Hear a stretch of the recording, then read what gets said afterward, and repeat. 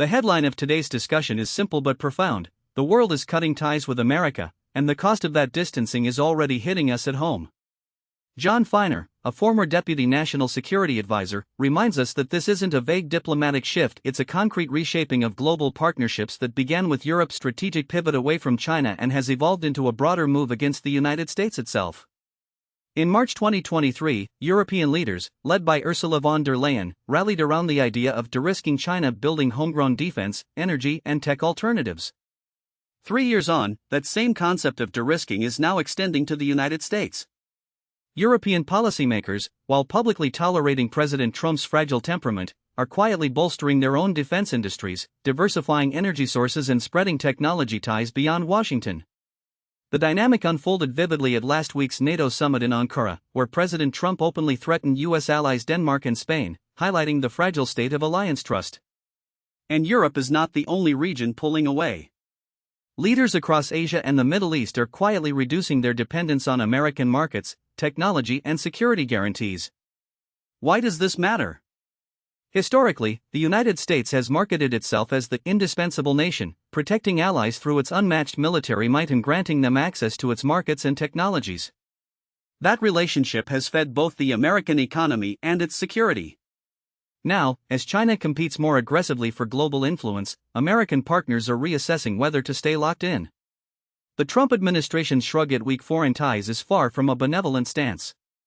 It's a stance rooted in the belief that if other countries do more for themselves, the U.S. can concentrate on its own interests. But in an era where the superpowers weaponize dependence and self-sufficiency becomes power itself, this de-risking is already detrimental to American consumers. Evidence of the cost is visible in several macroeconomics. The U.S. lost the war against Iran, a conflict in which it lacked coordinated diplomatic or military support from key European and Asian allies, leading to a spike in gasoline and fertilizer prices. Moody's estimates that this contributed a staggering $132 billion hit to American consumers. Meanwhile, even as European countries are raising their defense budgets by 14% to reach $864 billion in 2025, purchases from American defense contractors have fallen by nearly half. And it's not just a tactical issue, it's a strategic one. Trump's immigration policies have caused a projected 4 million person drop in visitors to the United States in 2025 compared with 2024, a direct hit to tourism and related sectors. That is only one example of the broader erosion of the U.S.'s economic influence. So what does all this mean for us? An increasingly fractured alliance network means we lose the collective security umbrella that once safeguarded our global interests, and it opens a path for China to expand its influence without significant counterbalance.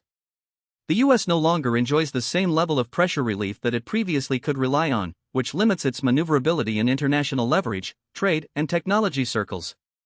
Feiner's key takeaway is that the global shift away from America is not occurring overnight. It is a quiet, incremental pattern that is already eroding the United States' strategic edge. The question we must ask ourselves is whether a new approach to foreign policy, one that reestablishes robust trade and defense partnerships, can reverse this trend. That concludes today's insight.